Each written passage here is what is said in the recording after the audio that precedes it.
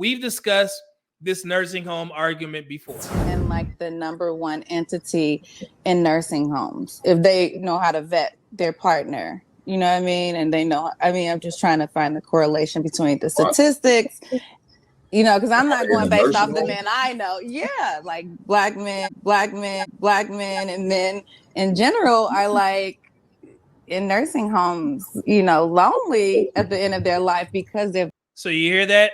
Black men and men in general are lonely in nursing homes.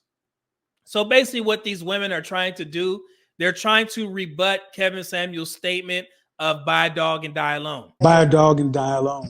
Buy a dog and die alone. So they're trying to find proof of black men suffering, and they're going to use it as a talking point in these types of conversations, because this one came out of left field. I'm pretty sure that if I was sitting on this panel, that would have been the last thing that I needed to research in regards to trying to find something negative about black men, to see how miserable black men are in nursing homes of all places. That vetting. This is statistics. The reason why I threw that statistic out there is because they're saying that men are, as a general, not just black, white, no matter the race, they are ending up in nursing homes because they don't have a partner. Let me show you the statistics first in regards to who populates the nursing homes the most.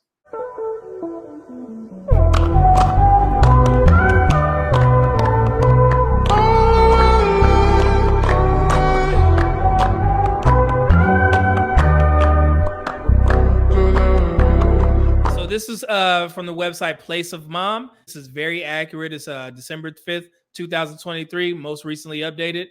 Average age of nursing home residents aged by percentage and demographic. The majority of residents in nursing homes are women, accounting for 63.3% of the population in 2018, while men make up 36.7%. Nursing home statistics on gender follow U.S. trends, as the nationwide population of people 65 and over consists of more women than men. And this is a Place for Mom. According to our research team's analysis of the latest available data, of more than 55.8 million elderly adults in the U.S., 65 and older, 1.3 million live in nursing homes, representing 2.3% of the elderly population. 818,000 elderly Americans reside in assisted living facilities. There are currently 55.8 million U.S. adults age 65 plus. That number is expected to grow to 95 million by 2060. The racial demographics among nursing home residents: 75.6% of nursing home residents are white, non-Hispanic. Only 14.6% of residents are black, non-Hispanic. And then the ratio of men to women in nursing homes increases with age. As residents age, of course, gender ratios shift dramatically, according to the National Library of Medicine. 65 to 74, there's 132 women for every 100 men. 75 to 84, there's 246 women for every man. And 85 plus, 425 women for every 100 men. I mean, the proof is in the pudding in regards to who populates nursing homes the most. Health needs increase with age among nursing home residents, starting with hypertension, 71.5%, and then Alzheimer's, dementias, 47.8%, depression, heart disease, diabetes. And this is according to the CDC's top diagnoses among nursing home residents. So listen to this video. This is the new shaming tactic that black women are using against black men. These hospitals and these statistics, actually, the nurses will tell you that the people who die alone are men. It's not. I don't care what any. So does that align with what we just heard and what I just showed you guys in the statistics? Remember, I've been in the healthcare profession for almost 20 years now. This nurse says that she's been a nurse for 20 years. So let's continue. Everybody has to say about what I'm about to say, because in my almost 20 years as a nurse, the most bitter, angry, nasty, rude patients are middle-aged to old black men that have never been married. How convenient. How convenient, right? And she said middle-aged black men. How convenient is that, guys? Bitter, never married. She got all this information. They always been her worst patients. How convenient is that? You know what I'm saying? With no statistics, no nothing. I don't know if it's because they feel like they never had a woman that loved them or took care of them. And a lot of them, here's what happened. They was a player. I'm an old Mac from way back. One of the original players from the Himalaya. There was a hoe they played. How she know all this? To feel they had lots of the girl that got away, and now when they old and used up and sick, don't nobody want them. Now you mad at the world, but when you had some good ones, you ain't do them right. But those are the most difficult patients, and I hate it. I hate that for us because okay, so this is her acting like she cares, you know, and I hate that for us because I really hate black men, but I'm gonna try and clean it up just to make it seem like I care. We get it. Here we go. Why do we do that to our own people? I'm here to help you. Instead, you rather be a bitter asshole. Talk to y'all uncles, grandpas, and daddies, because if they want to be like that, keep them at home. Why y'all don't take care of them?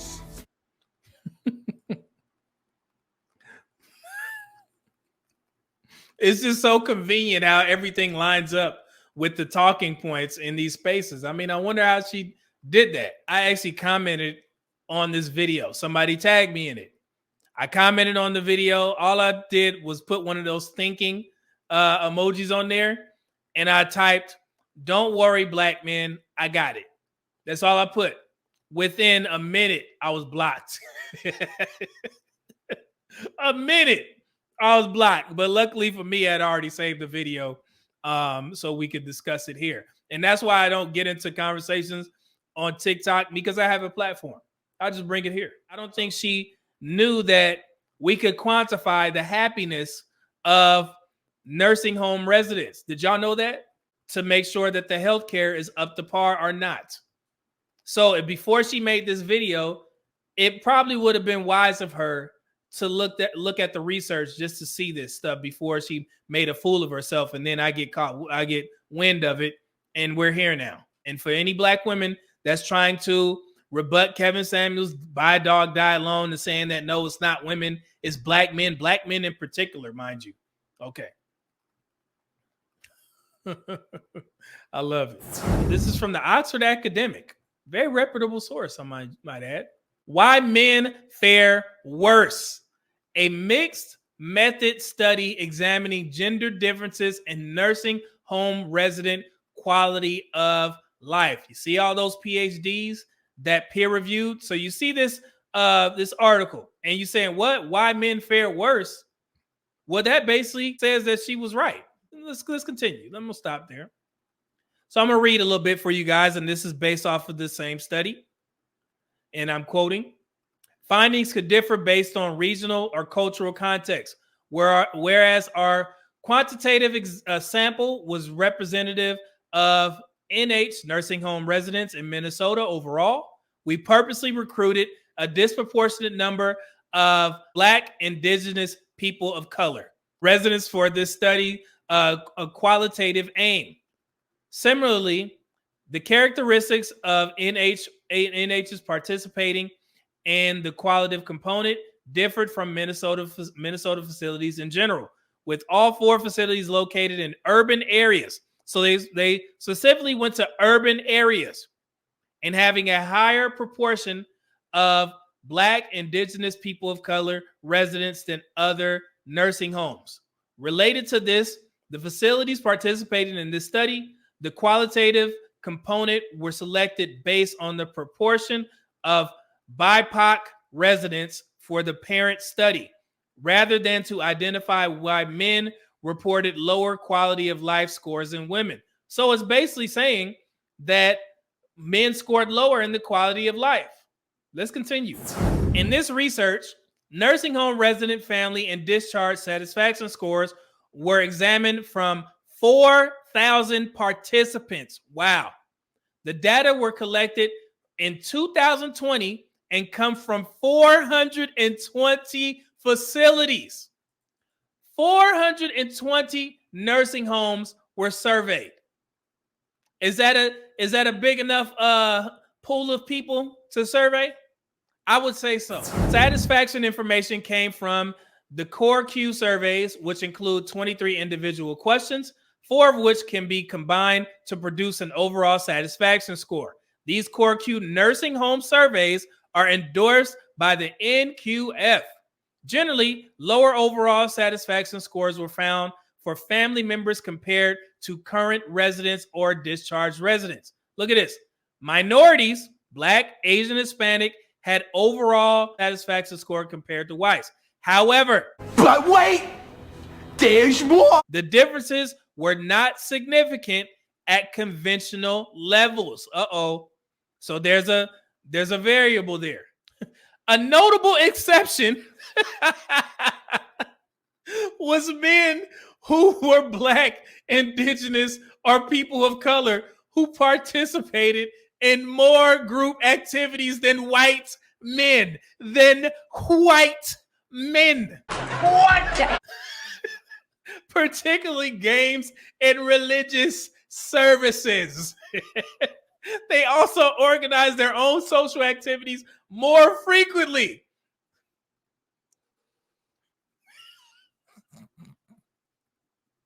So, Black men and Indigenous people of color, we having a ball in there.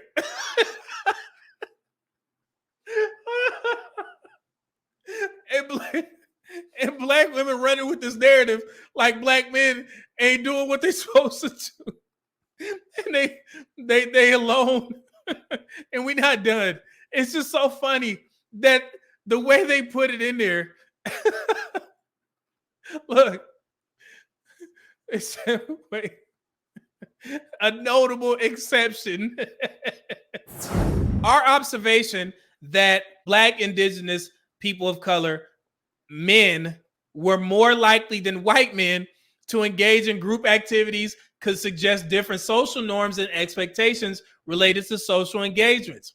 Other researchers found racial/ethnic differences in older adults, intended and actual use of long-term care, with African-American older adults more likely to describe caregiving as a family expectation, and white older adults more likely to describe it as a burden. We similarly found that BIPOC men describe relying on family more readily than white men. Oh, so wait, let me read that one more time. We similarly found that BIPOC men describe relying on family, and I guess they suppose, like the Black nurse said, they're supposed to be lonely. But for some odd reason, they family sticking around and checking on them, relying on family more readily than white men. I mean, what more do you want from me? What more do you want from me? So it seems that these Black men that are in nursing homes are being well taken care of by their family who loves them. And they're not alone. And they're not bitter because they're happy playing dominoes and shit. Numerous men describe having little family connection or support. BIPOC men, however, describe relying on family members more frequently than white men, with several providing rich descriptions of the gifts, i.e. the cell phone, and visits their families provided. So Black families giving these older Black men the cell phones, having a good old time. They good in there. But for some odd reason, our women like to spread this propaganda that Black men are just simply dying alone. They're miserable. They're bitter. They used to be players. Something just came over me. I just started pimping. All the same talking points that we hear in these spaces. Those Black men that Black nurse had as patients, they all had the same story. They all were bitter. The Black men, just the Black men. not any other men. Even though the statistics show that black men are doing just fine in nursing homes because their families love them and they actually enjoy their time while there. Lord have mercy. Look at this. Although men tended to be less engaged in facility activities than women overall, we found some differences once again in men's activities based on race and ethnicity. BIPOC men describe participating in group activities more frequently than white men, particularly games, crafts, and religious services, especially African American men. Oh my God. Another one? Especially.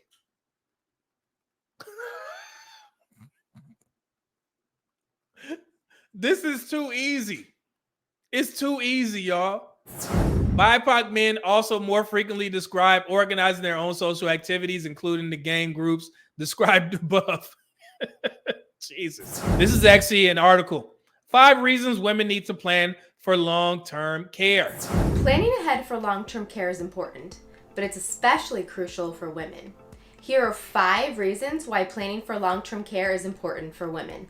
Number 1, women live longer. On average, an American man will live to age 75, while an American woman will live to age 80. About 64% of Americans 85 years or older are women, and 80% of those Americans who live to 100 are women. Since women live longer, we are more likely to need long-term care and pay more for long-term care expenses than men. Number 2, women have a higher likelihood of disability and chronic health problems. Since women live longer, chronic health problems are more likely to occur as we age. Older women do not live more active years than men, despite our longer lives. Women are more likely than men to develop debilitating conditions like arthritis, depressive symptoms, fall-related fractures, and Alzheimer's disease, and related dementias that have implications for active life. Number 3. Women are more likely to age alone.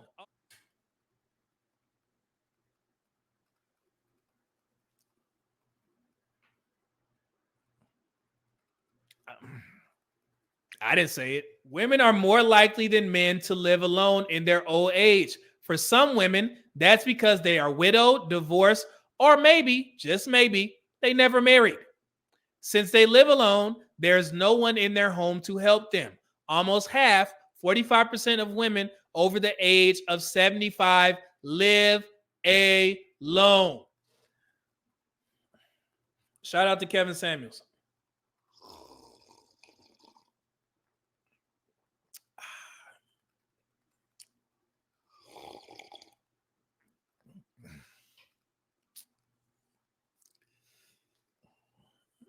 All right. Women are caregivers. This is number 4. Number 4, women are caregivers. There are currently about 48 million informal or unpaid caregivers to adults in the US, and 61% of those caregivers are women. Married women are often caregivers for their husbands first.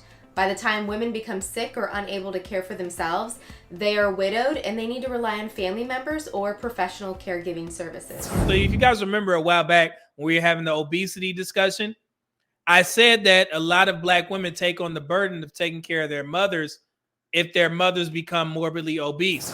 The daughters are the ones that end up taking care of the mothers when they become obese. Once I get out the shower, my daughter comes in and she'll clean out the back of my legs because my arms are too short to reach. When I see my mom hurting a lot, it makes me feel bad. It's really heartbreaking and sad. And that's something that you can control. That's one thing that I really take to heart. It is not your kid's responsibility to take care of you once you become obese. Do something about it right now. You can do that. And I hate to say that because the daughters they take on that burden, and that's unfortunate. It's sad. So I feel for, the black daughters in this community. I see it a lot. And I told the black community that's one of the main reasons why we need to start pushing this health conscious message so we can stop putting that burden on black daughters. And I always go to bat for black women about this because they think that it's just it's a selfish thing to just assume that your children are going to take care of you because you can just eat whatever the hell you want. You become obese, now you're bedridden, and now your daughter, your black daughter, is missing out on living her life because she got to take care of you. So it's not just some sort of vanity thing where me as a health professional is telling black women to lose weight. No, it's actually me trying to take the burden off some of our black women. So you got to take care of this black community. Number 5, women typically have different financial situations than men. Women tend to be at a financial disadvantage in retirement compared to men. Many women work fewer years than men because of child rearing or caregiving. We also are more likely than men to work part-time. Plus, there's a gender pay gap. Women earn only 82% of what men earn. All these things add up to less earnings for women than men, which means we typically will have less money to help cover those long-term care expenses. You remember when Kevin Samuels used to ask that question to women, do you have like $1.5 million saved up for retirement? What kind of money are you going to need to live on if you live to be 80 years old? How much money are you going to need to retire? To retire on? Probably around 400, 500,000. 400, 500,000. All right. If you start working at 65, $500,000 is 10 years of a $50,000 salary. You'd run out of money before you run out of life. So, due respect, man, you talking about traveling, you can't even live.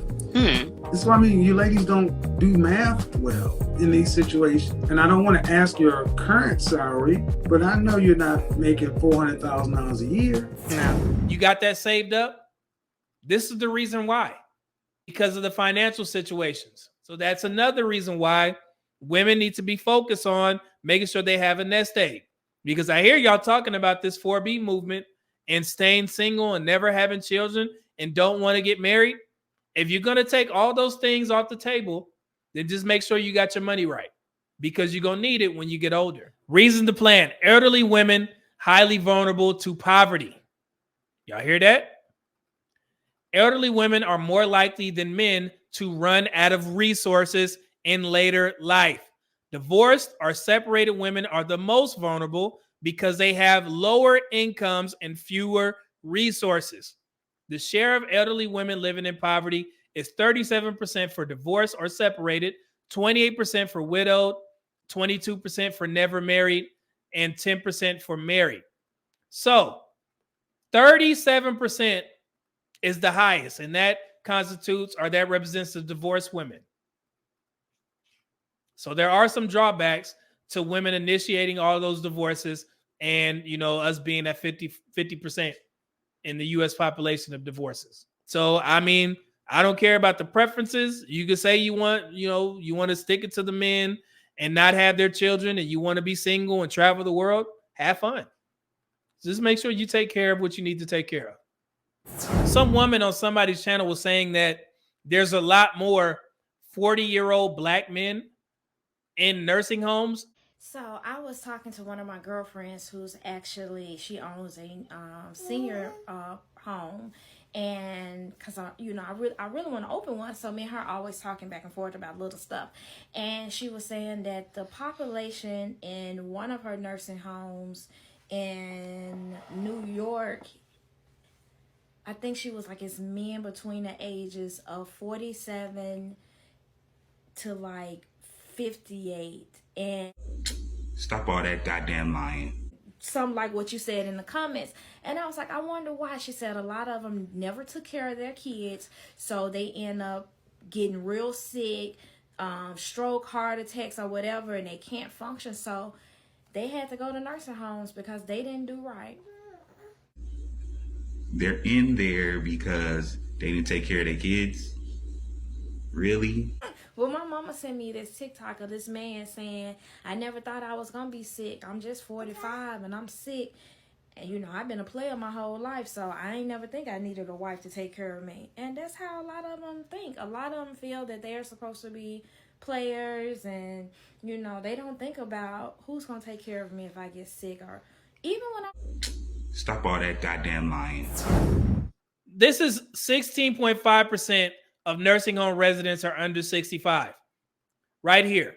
The number of residents under 65 may seem high, but many of these individuals do not reside in nursing homes for age-related concerns. A small number of younger residents with severe physical or mental disabilities that prevent them from caring for themselves. It's a small percentage of people. They're not in nursing homes for that woman who was made that TikTok saying that it's a whole bunch of 40-year-old black men in nursing homes. That doesn't even pinpoint 40-year-old black men. Like, why? I don't know why all this stuff is focused towards us. Like, we're doing just fine. We already understand that men work harder. We take more risks. We tend to die at a younger age than women. That's across all races. So why is that being used as a shaming tactic? This is serious stuff going on here. And people using it as YouTube talking points to get a one up to justify them being mad at black men, I guess. I don't know. It's embarrassing, man.